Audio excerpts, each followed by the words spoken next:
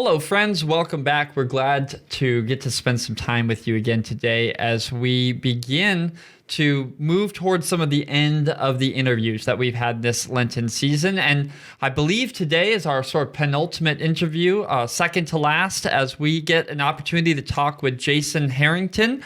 If you don't know Jason personally, I suspect if you're from the Lakes area, you've heard his name at some point. He is the president at the Lakes Regional Healthcare and the hospital and a lot of the sort of medical establishment here in the area. And he was gracious enough to stop by the church and to share with us a little bit of his experience from the medical but also sort of community aspect in this season.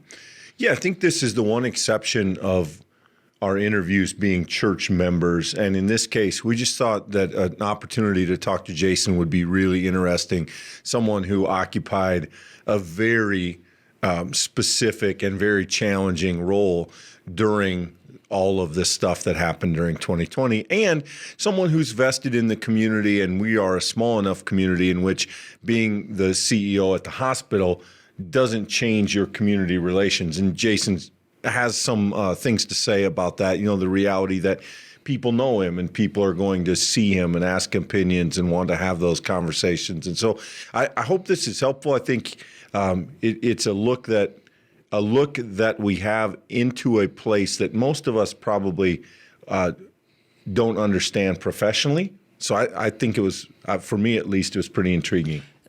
This has been the case, actually, as we've gone along with some of our reflections. I found myself in some cases wanting to point to examples from interviews that we had that just by nature of when we recorded them, you all hadn't seen yet. And this is one of those interviews, actually, that I've gone back to several times. And I think one of the things I want to sort of point out at the front end so that you might look for is I think Jason has given a lot of thought to helping tease out what things can we be certain of and what things do we need to be very careful to make clear this is my opinion of what I think I know to be true. And as he teases that out in the conversation, he does so personally, he does so organizationally as he looks at it from a leadership perspective. He even does that when he talks a little bit about communication and what he's learned. And so I just sort of offer to you, keep in mind sort of looking for that as the interview goes forward. There's been several times when I've thought,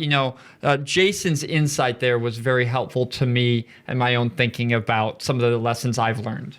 Yeah, again, I think it's kind of a fascinating place to occupy when so many people want certainty and they want it quickly, and yet the nature of research, the nature of medicine is process and testing, and in many cases, slow to come to answers. And so wrestling at the intersection of those two things had to be an interesting experience, and we are grateful to Jason for sharing his time with us and that he would volunteer to come in and talk to us and be willing to do that. We're really grateful for that. Without further ado, here's another reflection on what we learned in 2020.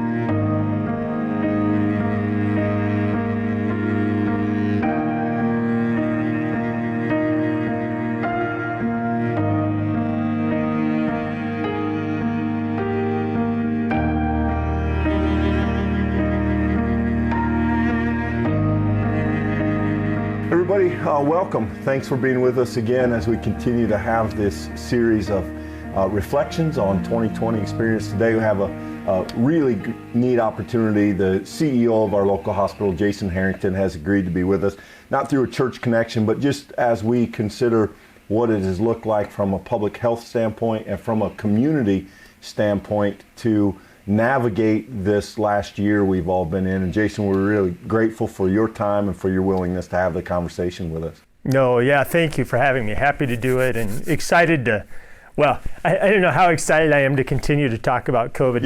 Yeah. It's been my life for, the last 9 months. I imagine you've had no conversation about vaccine and masks and all that kind of stuff, right? Right. That probably never leaves you. Well, thanks for doing it with us.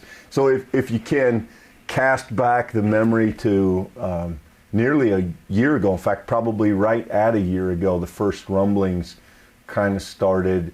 How do you remember that process of getting word that something was coming, of realizing that it may be a thing that was going to have significant impact on public health, both infrastructure, but even community, the idea of shutdown, which in my recollection is not really something that we've faced. I mean, it's not been a part of public health in the recent past. I think that's accurate. Yeah, I think you're absolutely right. I think just thinking about the vaccine, there's a lot of discussion about going back to the time of polio, that, it's the last time we did kind of mass vaccinations like that. I think, going back to, almost a year from now, I think when the pandemic, or the idea of the pandemic, first came out, in the time that I've been around, we've had bird flu, we've had swine flu, so there've been,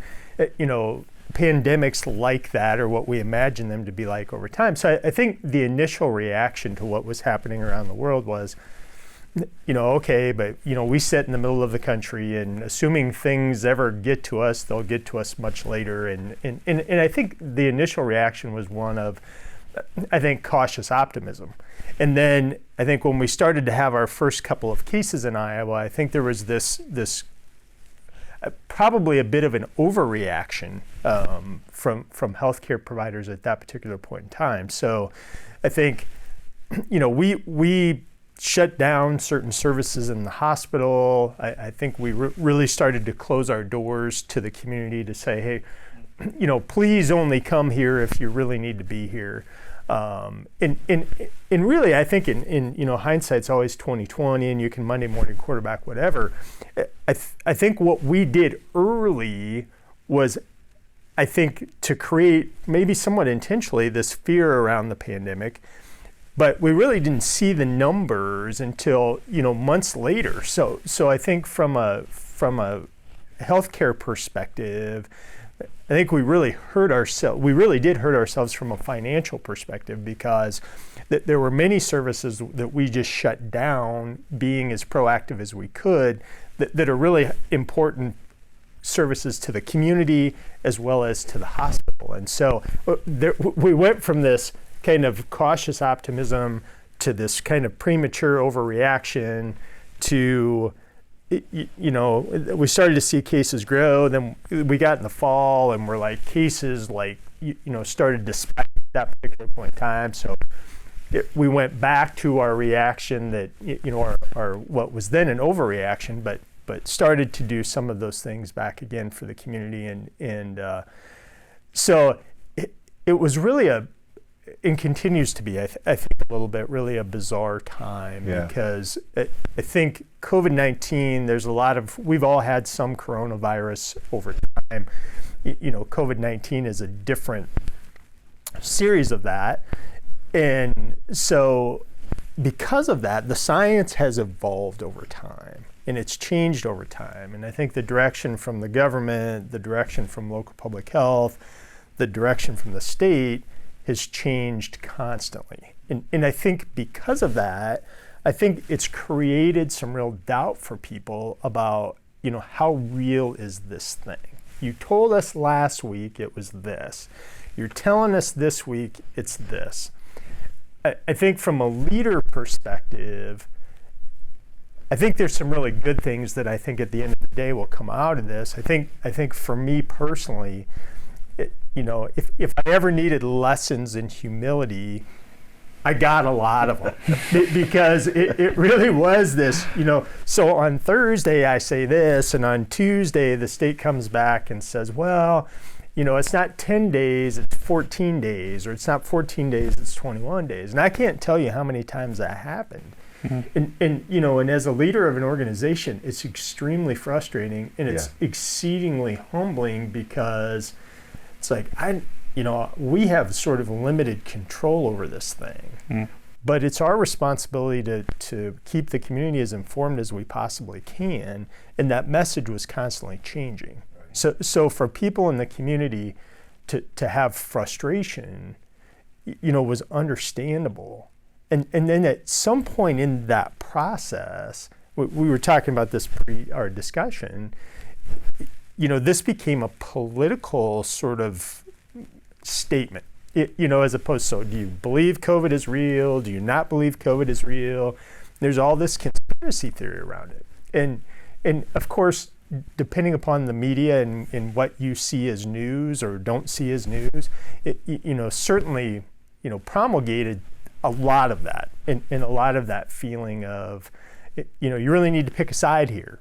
Are you pro-COVID? Are you anti-COVID? It's like picking a team, as we were talking earlier, which even made it that much more bizarre. We're a science-based organization, and so we use science to make decisions. Well, the science evolved and is continuing to evolve. Right. And so it doesn't make it wrong. It means over time we continue to learn more, and we will. But in the in-between time, you're living in kind of, purgatory, really. It's like, okay, well, I'm just going to tell you, here's the answer today. I'm not going to tell you a week from now, we're not going to have this same discussion, and I'm going to tell you a different thing. Yeah. And I think organizationally, that's tough. I think when you're trying to build credibility with, a community that relies on you for what you do, I think that's a hard thing. It's a frustrating thing as well. So, just lots of, now we're to the vaccine, and there's, different feelings about the vaccine. And I think, and this isn't a political statement when I use the term conservative, but I think Northwest Iowans, generally, but Northwest Iowans in particular, are independent. We're tough, we're hard workers. We get through things because that's what we do. And I think the whole COVID thing has really pushed up against that, that independent feeling that we believe in Northwest Iowa, which in 99% of the time I think that's good. That's why I'm native Northwest Iowan. Those are fundamental values for me. And even that for me personally sometimes gets to be a challenge between my personal feeling and sometimes my professional feeling about things. Right.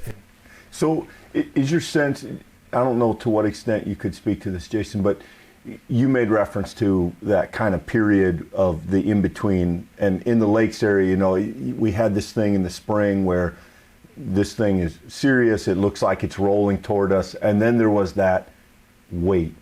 You watch the number, there's one case over here somewhere, maybe there's, but there wasn't the wave that we kind of expected, and maybe that we even thought we were seeing on the coast. Was that fairly typical? Is that a geographic reality? Was that fairly typical of the entire Midwest outside of, say, some of the large cities? Yeah, I think everybody sort of expected, and you would. You take any holiday, which would be a mass congregation of people. I think in the Lakes area in the summer, again, we have various events, many things of which we canceled, right. but lots of things that bring people together. And for the most part, with a couple of minor exceptions, we never really saw those significant spikes. Now there will be, I don't know that it's conspiracy theory, but people will say, well, that's fine. You had all these people come in, and then they took COVID back home with them, wherever home was.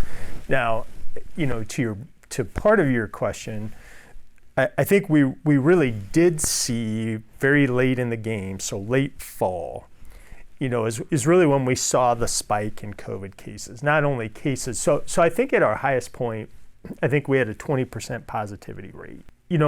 So we had 38 deaths that occurred within Lakes Regional Healthcare. Some of them would be attributable to the county, some of them would not. And the vast majority of those deaths were, again, kind of late in the pandemic. So October, November, December. And even that, back to the polarizing part of that, nobody could really agree, or we could have a debate about, well, did they really die of COVID? Did they not die of COVID? Was COVID a contributing factor to their death? But I mean, I think you look around the state, and this is what I always come back to in terms of the seriousness of the pandemic, is so there's been roughly 5,000 deaths as of today in the state of Iowa. Well, I'm from Ida Grove, so Ida Grove is my hometown. Well, my hometown's population of 2,000 people, so effectively, the two towns of Ida Grove are gone from the state because of the pandemic. Now, again, did the virus contribute? Again, many people that were in that age group were older folks in our communities. But in the absence of getting COVID, would they have passed imminently? Probably not. So anyway, even that's been, I think, anyway, lots of things to debate about it. I think you're right, though, that it created this kind of strange bubble in which there was initially a lot of fear or uncertainty, at least, and then there was this period where, at least from a day-to-day perspective, not a lot was happening. And I think it gave all of us those moments to kind of say, well, this is the big deal. This is it. This is what we've got. And then maybe by the time we did start building that, I think a lot of people were already pretty fatigued, pretty tired, and maybe a little less able to commit the mental energy back to, okay, now we're dealing with it. It's been a really interesting. The other thing professionally it created, and maybe there were people who saw this coming, but as an outsider, I remember being fascinated reading an article about the damage COVID did to healthcare financially.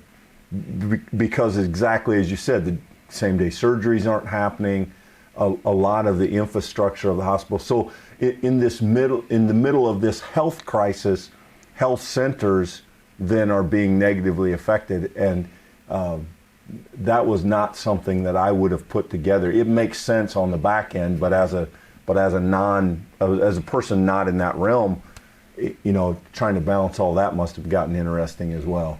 It really was, and it continues to be to some degree. I think early on in that process, and I use this term in the organization and otherwise, we did a really, really good job scaring people, and not inappropriately, but just saying, listen, this is a big deal, and so part of our reward then down the road in the pandemic was, I think we created this mindset for people that, the best place for you to get COVID is at the hospital. Well, the reality is the exact opposite of that. I mean, we take we make every effort to be precautionary, to screen people, and so the organization is perfectly safe to come to. But for a part of the pandemic, we said, listen, unless you're really sick, don't come here. Partially because we didn't want you coming if you might have COVID otherwise and didn't need hospitalization.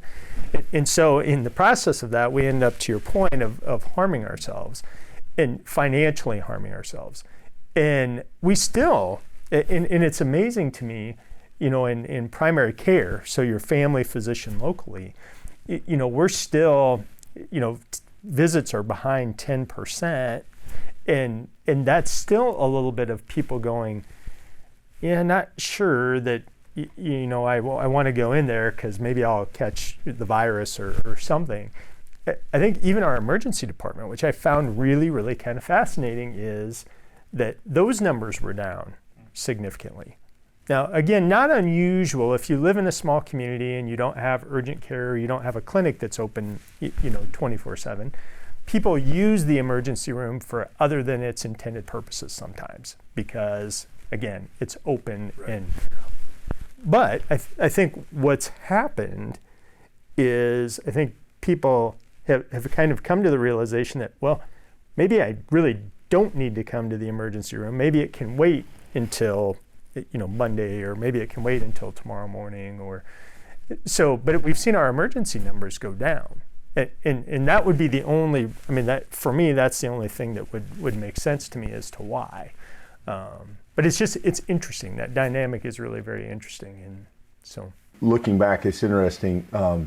Obviously, fear can be a good motivator, but do I hear you saying you think maybe the medical community overdid it a little bit, or played that card earlier than looking back you wish you would have, or do you wish maybe logic sometimes doesn't? The thing about fear is it speaks directly to our emotions and therefore maybe influences our actions a little quicker.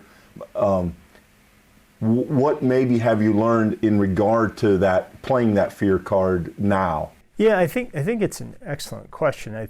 I think what happened is, so when we, again, really fear on our own part too of, very early on closing surgeries, closing some of those services, was really at our point in time, our reaction to what was happening in other parts of the country. Yeah, so overwhelmed.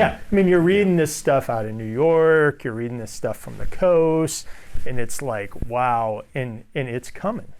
So we put this really significant effort forth to prevent all of this.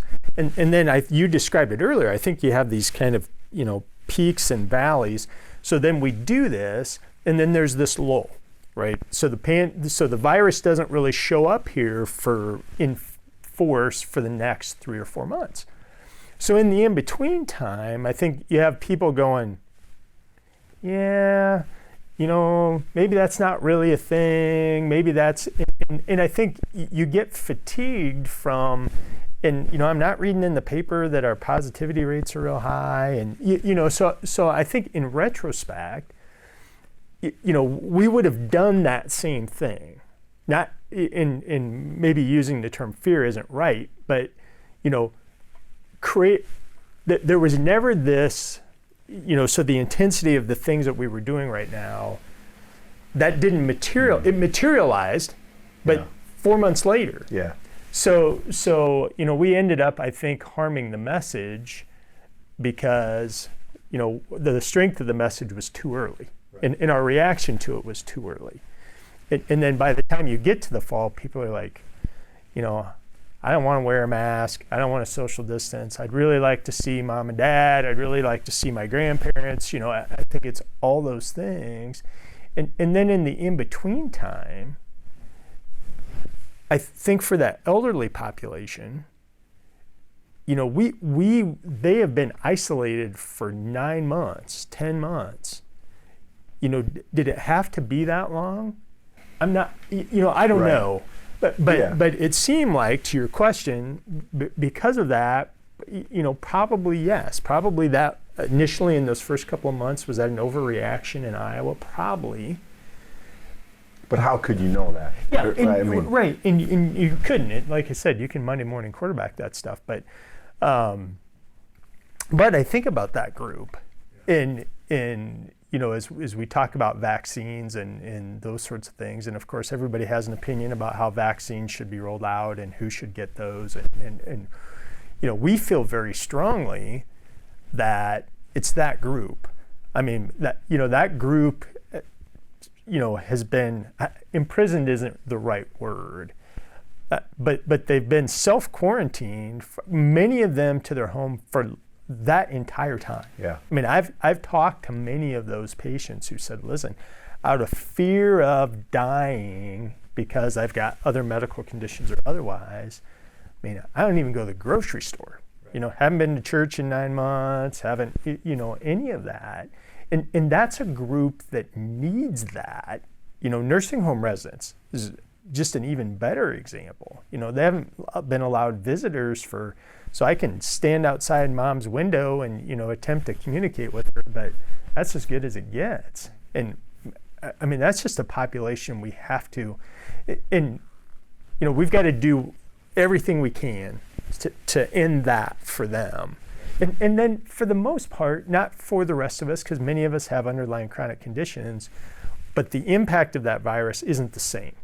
I mean, it just isn't. You can look at again, the 38 deaths that we've had. I think 37 of those 38 were people 75 or older. I think we had one that was younger than that. So, you look at the risk for the rest of us, and what I can tell you, if we get 1,000 doses tomorrow, we'd be ready to give 1,000 doses. That's not the reality. I mean, the state's just not getting doses like that. And so, every dose we get goes out the week we get it, and it'll continue to be that way. But, and even that, if you're a 65-year-old and recently had a heart transplant, well, how am I less important or more important than the 85-year-old who maybe has diabetes or whatever it is? And so, it gets really difficult, to try to have to make those decisions because you've got a limited number of vaccines. And fortunately, I've got a really great chief medical officer and a great medical staff and a team that's willing to say, listen, we could just open the doors for anybody 65 and older on a first come, first served basis, because that'd be easy. It'd be the wrong thing, but it'd be easy. And so, we're trying to balance that with constant criticism about, well, I mean, the example I gave you, or maybe I'm 64 and really sick. Well, somebody, the governor in this case, said, well, sorry, but unless you're 65 or older, and so it becomes this really sort of challenging thing. Jason, previously you mentioned the importance of messaging, and here at the church, we've always been an organization that focuses on communication. That's a lot of what we do, right? And a lot of local organizations have focused on communications. We all have websites. But I think, haven't we all experienced how important communication is in this season? And I wonder if you look at sort of where you as a significant community organization began this whole pandemic, and then now where you find yourself today, what communication lessons have you learned, and how do you think that maybe that'll shape how you communicate within the community in the future? Yeah, I think, I think the thing that we've learned, and I think we all know this, that, you really have to get that message out across multiple medium. I think we've come to I think the easy button is, put it on social media, put it on your website, and that's good enough. Well, the reality is it isn't. You've got a number of, particularly our older population that may not access those things, and so where are they getting that information? So, for us, then sometimes it's thinking about, well, what's some of the kind of the old school ways that we used to get messages out? Well, Ditko on the cable channel used to be a way we would do that. We're using less and less print media, but we got to go back, to print media. I think it's only been recently, we've reached out to churches in a more active way to say, hey, you've got a significant part of that population in your congregation. How do we use you for that message? And so I think the medium for carrying the message has never been clearer. That you have to look at it from multiple ways and who all your stakeholders are. So I would say that's one. I come back to, and I hope that we're this way, and I hope the community sees us this way, is transparency. To just say, listen, whether you like this or not, here's what we know. It's not with some spin. Here's what we know, and that I think you can never do that enough. And so I think the frequency of messaging was another thing. Now the downside in the midst of a pandemic, when the science and the messaging is constantly changing, I think it gave us some pause to what I just said, to say, well, knowing that, how frequently really should you be communicating? Would you be better to send one message out a week with the most current updates versus, again, you get that fatigue, media fatigue from, well, the CDC changed their mind yesterday. You get a new message today. They change their mind again on Friday. So at some point, from something that's newsworthy, that's not reliable. So at some point, I just stop. Yeah. And I think that's another thing that we've learned is that, the timing of that, there is an over-communication fatigue, I think, especially when that message is just changing slightly. And I think as much as we have this desire, and we need to, for the sake of the community, to be transparent, it's this balance with, okay, how many times am I going to tell you the same message but with a slight twist, and then when do I lose you? And so I think it's been a challenge. Well, Jason, from the church perspective, we have very much appreciated, we're small town enough, and I don't know to what extent this happens in urban areas, but I know here to have access to be able to have conversation with you or some of the staff there about making decisions about, can we have people back in the sanctuary, or is there ways we can be helpful in regard to getting things to people? And we have found the hospital very much a partner in that larger collaboration. And I know that I've experienced just some tiny percentage of that in terms of what's been going on in other directions. And so you sit in an interesting place in that on one hand, you're CEO of a particular organization, but because of the term community, there are those pipelines as well. And what's it been like to kind of manage that, again, with people bringing different concerns, different agendas, different ideas? You must have been doing a ton of that over the last year, I would assume. Yeah, it's been interesting, and it's always, I have to caveat every one of those conversations because I don't have any authority to ask anybody to do anything other than, they'll call and ask my opinion, and I'll share it in just that way to say, here's some things to think about, but you have to make decisions in terms of what's best for your organization, knowing here are the facts. I mean, even in my own church, I had gotten a call from the president of the congregation, and his question was, should we open church or should we not? Right. And I said, I'll walk you through that. But I said, that's for you, that's not for me. I said, I can tell you what I think, and I can tell you what the facts are as I know them, but you have to decide that. And it's a hard thing, and it's been a hard thing throughout the pandemic. I'll give you a really good recent example. So we had gotten a phone call from a reporter asking, what our opinion about having a Winter Games type festival in the middle of the pandemic, what was our opinion about that? Well, so again, we have an opinion, but we're a community-based organization. So our opinion was that, obviously, given where the pandemic is, we wouldn't be in a position to encourage, mass gatherings of people. On the other hand, again, part of the community, we know that we have a number of businesses that are suffering because of this whole thing. And we also know that we have a chamber that's very thoughtful and saying, hey, we're going to do all we can. We think we need to do this because part of our mission is to support local businesses.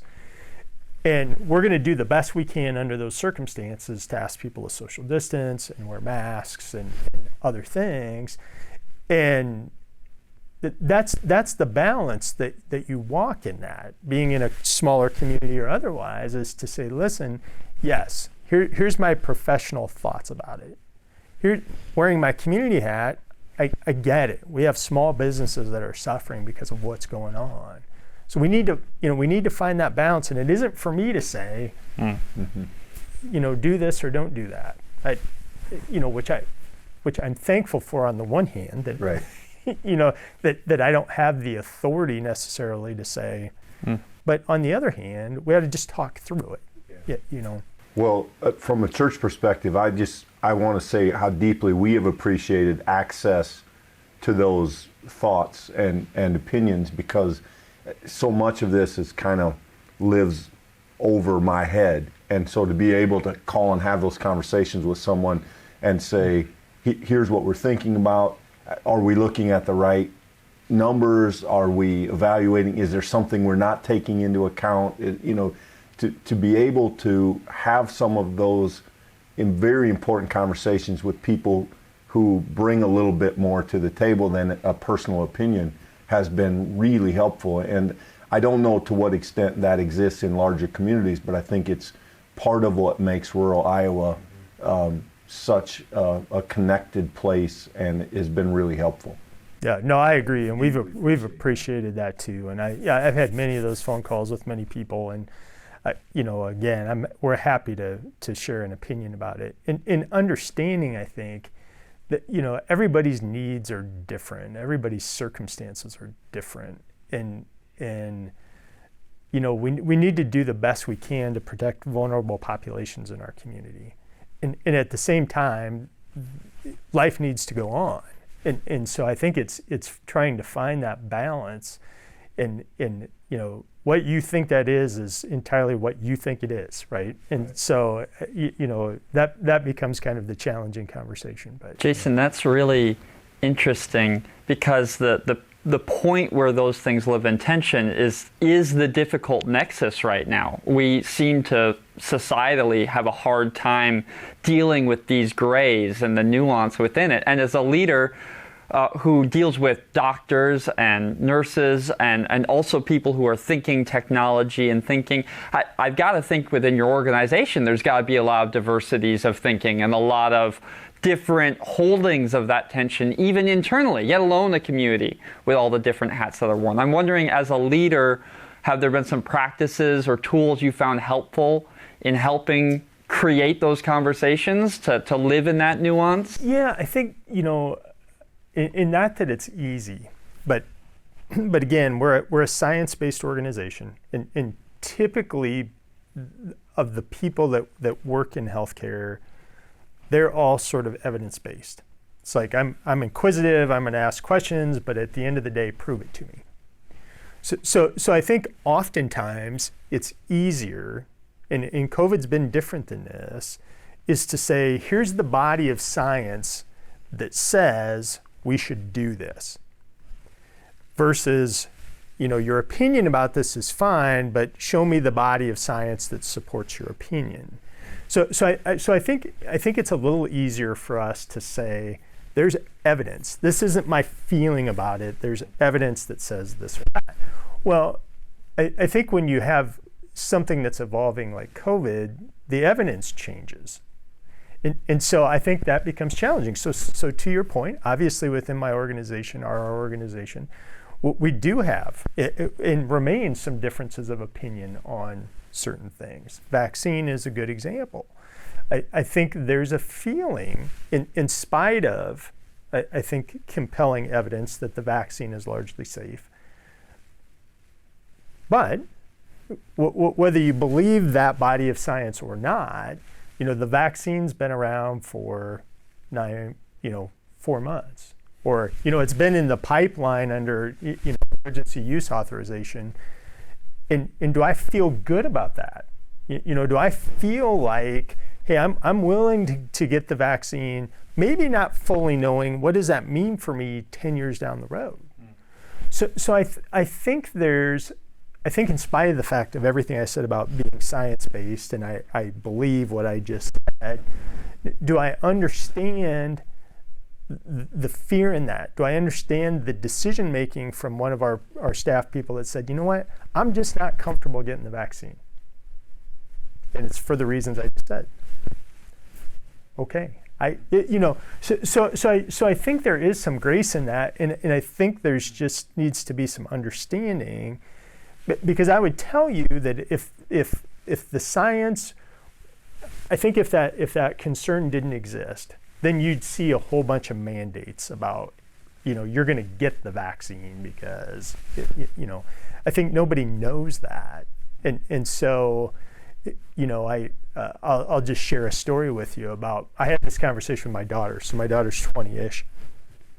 And so she had a number of friends that wanted to know, should they get the vaccine or not get the vaccine? And so there's I think, varying stories out there about particularly females of childbearing age, but perhaps males as well. And again, you can see stories on both sides of that.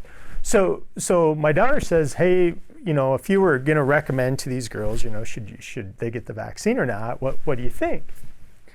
So again, and this is not an atypical situation for me in terms of trying to give guidance. So I said to the girls, I said, a couple things. I said, I understand. I said, I believe, based on the science that exists, that the vaccine is probably fine for you. Probably fine for you. I said, but you have some concern about that because the vaccine hasn't been around for so long in others. So I said, let's suppose you don't get the vaccine. Said, what's going to happen? Well, in their particular case, each of them had had COVID prior. Each of them, not surprisingly, had a very mild reaction to the virus and probably would continue to. Your risk in not getting the vaccine, let's just assume that it's safe for sake of our discussion, is I might get COVID again, I'll have to miss 2 weeks class, and it'll probably be mild because that's been my experience before. So that's one side of the decision making. The other side of the decision making is this sort of uneasy feeling that you have that there's not enough experience with the vaccine, that I'm not sure I'm willing to get it, not being completely comfortable of what does that mean 5 years down the road. So if I were you, I said, those would be the decision points. And so I said, I can't make that decision for you, but I said, you get the choice in that. Now, I said, having said that, I said, I have a younger sister who has a number of chronic illnesses. She has cerebral palsy. She's had farmer's lung, amidst other things. And she would be in her 40s. Now, does that conversation look different when she and I have that conversation? It absolutely does. But I think at the end of the day, and this is where we get to this kind of, whose team are you on sort of thing. I think like a lot of things, we all have to make decisions based on where we're at.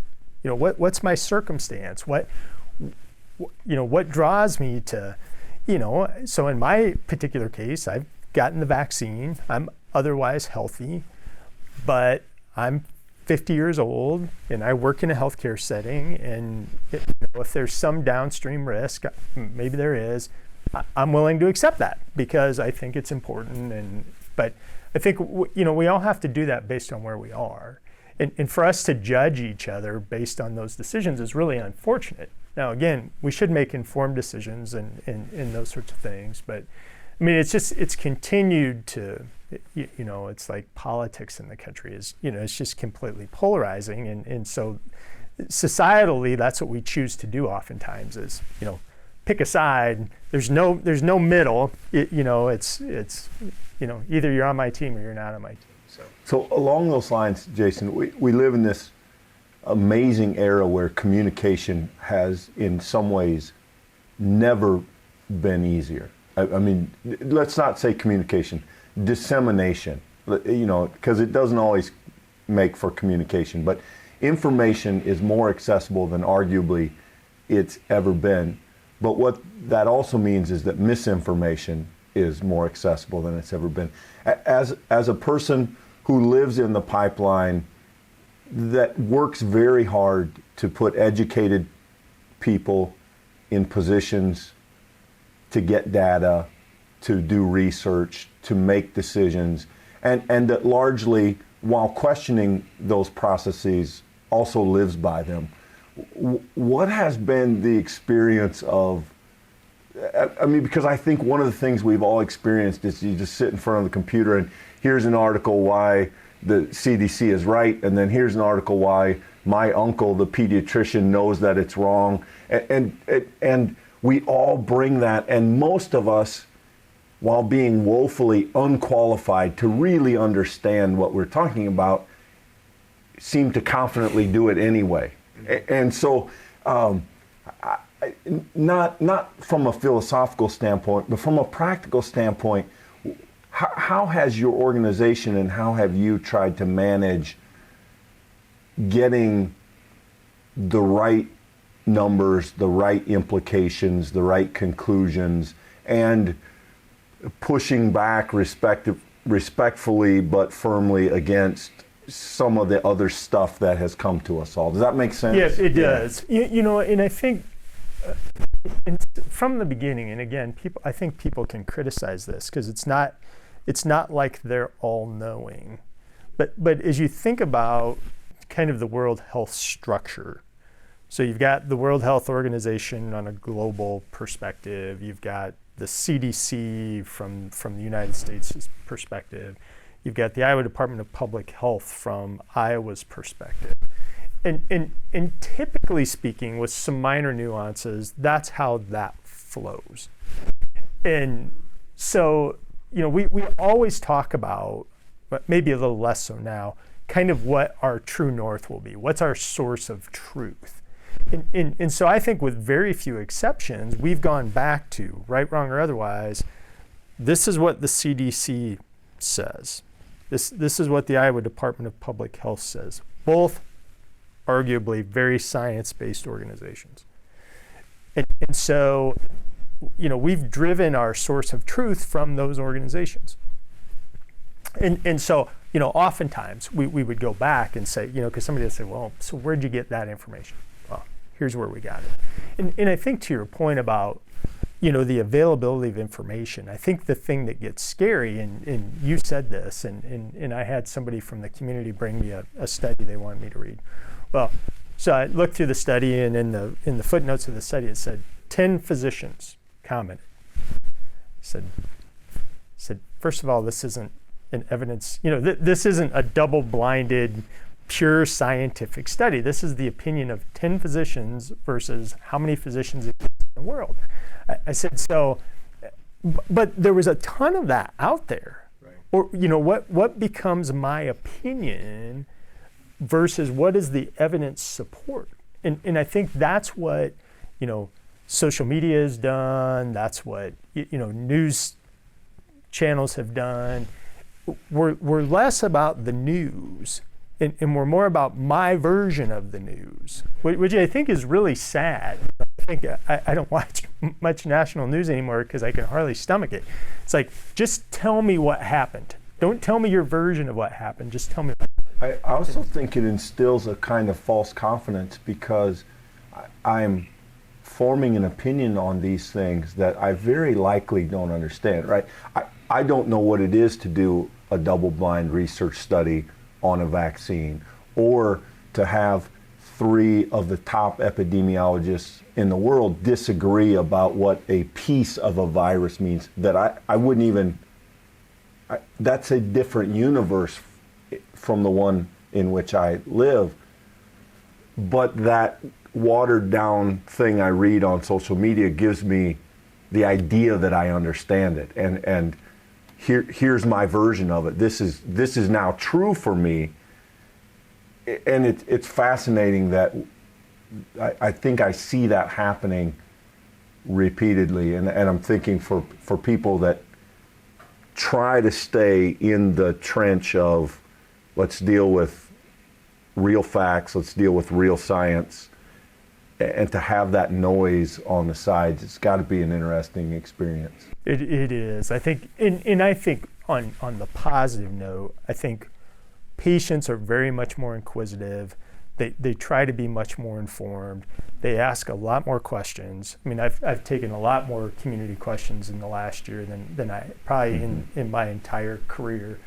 But so part of that is prompting some of that interest and you know, creates some of those questions, which I think can be good. You know, typically my general response is, so tell me the source of your information.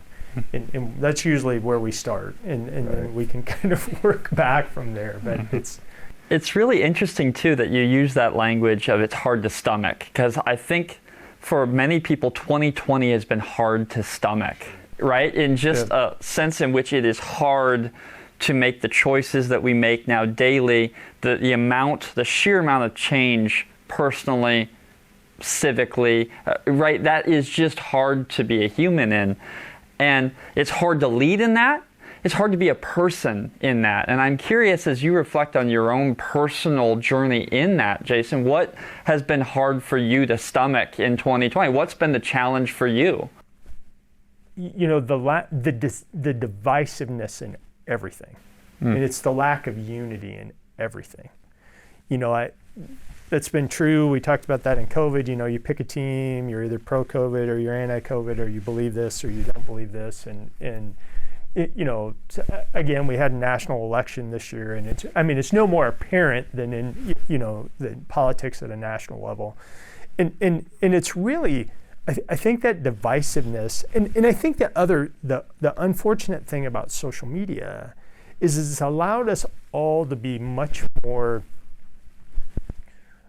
inhumane, I'm going to say, you know, much less respectful. I would say something to you on social media because I feel like that provides me some anonymity. I would never say that to your face. Mm-hmm. Or we would sit down and have a conversation. Not here's my opinion, accept it or don't accept it. It would be, you know, we have a conversation.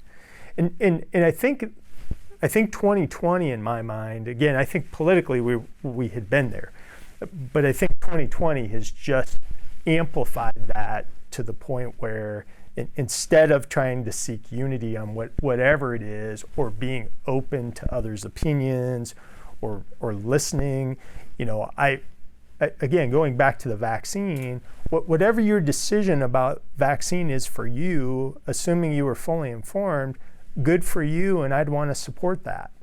I don't want to judge you because you didn't get it. I don't know your circumstance, so maybe that makes sense for you. And I think there's less, and this is good Northwest Iowa stuff in my mind. I think, you know, we're neighbors, and we help our neighbors, and we disagree, but we can talk, and, you know, and we're seeing less and less of that. And I think part of that is we've all been isolated, right? So we haven't been able to congregate in church. We haven't been able to congregate anywhere. And so what am I left with? Well, I'm left with social media that certainly doesn't lend itself to a discussion, lends itself to here's my opinion and like it or not. You know, so I think it's that the amplification of the divisiveness, and part of that just is we've been isolated from each other. You know, I'd never say, you know, something as terrible as I, you know, posted on social media to you if we were sitting here having a conversation, right? We just don't do that. But we seem to have gotten really comfortable doing it. And again, part of that is because we haven't been together. Right. And I think that, you know, I think for churches more than anything else, you know, trying to get that right of we need to be together. The strength of the church is being together. We also have a lot of people in our congregation, typically the people that show up to church often, that we may put in harm's way. And is that okay? And so I think that I've felt the most difficulty for churches in this than any other organization. Because, you know, I'm socially isolated, so I would certainly benefit from being at church. Well, the reason that I'm socially isolated is because I don't want to be exposed to the virus.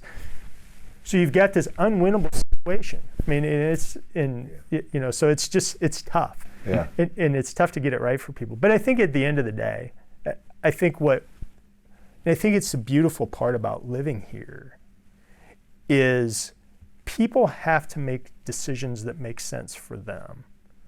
I think what we've lost is we don't respect that. Mm. You know, I need to know why. Or again, I picked a team, and since your decision is not consistent with my team, you know, I'm going to judge you instead of having a conversation to try to understand. Yeah. And I think, so it's just been this perfect storm of, why are we doing those things? And as humans, we need to be together. And so I think that, we've made sort of a bad situation worse in terms of, again, lack of unity around things. I think those are good insights, Jason. A lot of that feels true. To end on kind of a positive note, nothing is all good or all bad. So as you look back over your experience, both personally and professionally, what did 2020 teach you? What have you learned? What do you take out of this as a kind of a new strength, a new lesson? What good do you bring forward with you out of this, or would you like to? I think, like a lot of things, there are good things and bad things that come out of, and let's focus on the good things from your question. So, I think clearly, because of this isolation piece, I think there have been some old values. Family is important. Spending time with your family is important. How much time should you spend at work versus how much time you should spend at home with your family? I think appreciation for the outdoors, I think, has changed during the pandemic, right? So we can't congregate with people, so what do? Well, we go outside. We take a walk. We appreciate nature. We buy a bicycle. We go for a run. Maybe I take up fishing, and so I think that there's been these things that have happened. I think that I think will be good for people. I think for our overall mental health. I think having had our parents in isolation, certainly for a lot of us, have made us appreciate them more. And so, is that going to look different for me going forward? I think that it will. And so I really do think that there's some good things that have come out of it. There's certainly some bad things that have come out of it. I think, if I have to do another Zoom meeting, it's just like, again, it's so impersonal. It's the importance of it, but I think that will change. I think we'll see life in terms of Zoom meetings. I think we'll see a lot of people working from home. I see that. That's a good news, bad news thing from where I sit. But I think we'll see more of that. I think we'll get back to, we've been in isolation for so long. I think about it like barn raising back in the day. The neighbors get together and help neighbors out. Well, I think we'll get back to that because I think that's what people want. Right. And I think that will start to eliminate some of the divisiveness because, again, we're forced to have a conversation now. It's not me just, telling you what my opinion is. So I think those will all be good things. Professionally, for me, lots of learning. I always thought of myself as being humble and having humility and yeah, I'm not sure that was true. I think it's more true today. I mean, I think of, how important is it to be right versus how important is it to understand and be willing to say,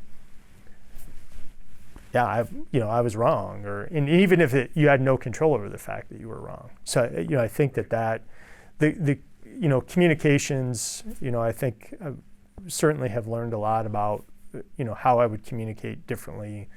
I think involving people, again, which has been important to me as a leader, I think is, and respect more than anything. It's not respect for authority. It's not respect for the process. It's about respect for each other. And it's not this social media version of, it's about, hey, you know what? You didn't make the decision I'd make. I don't hate you because we don't agree. And that's where we've been. And so I think for us to get back to, it's okay. Yeah. It's okay that you and I don't see this the same way. And I think we will. So I think there are some real positive things that. That's a version. We've asked this question to several people, and it's largely some version of what I think I hear in what you're saying is that, yes, we all miss some of the stuff we used to do, but ultimately we miss the character of relationships that has been strained during these times of being apart. And we're fortunate in that I think comes natural to this area. I think you're exactly right. That's kind of our bent.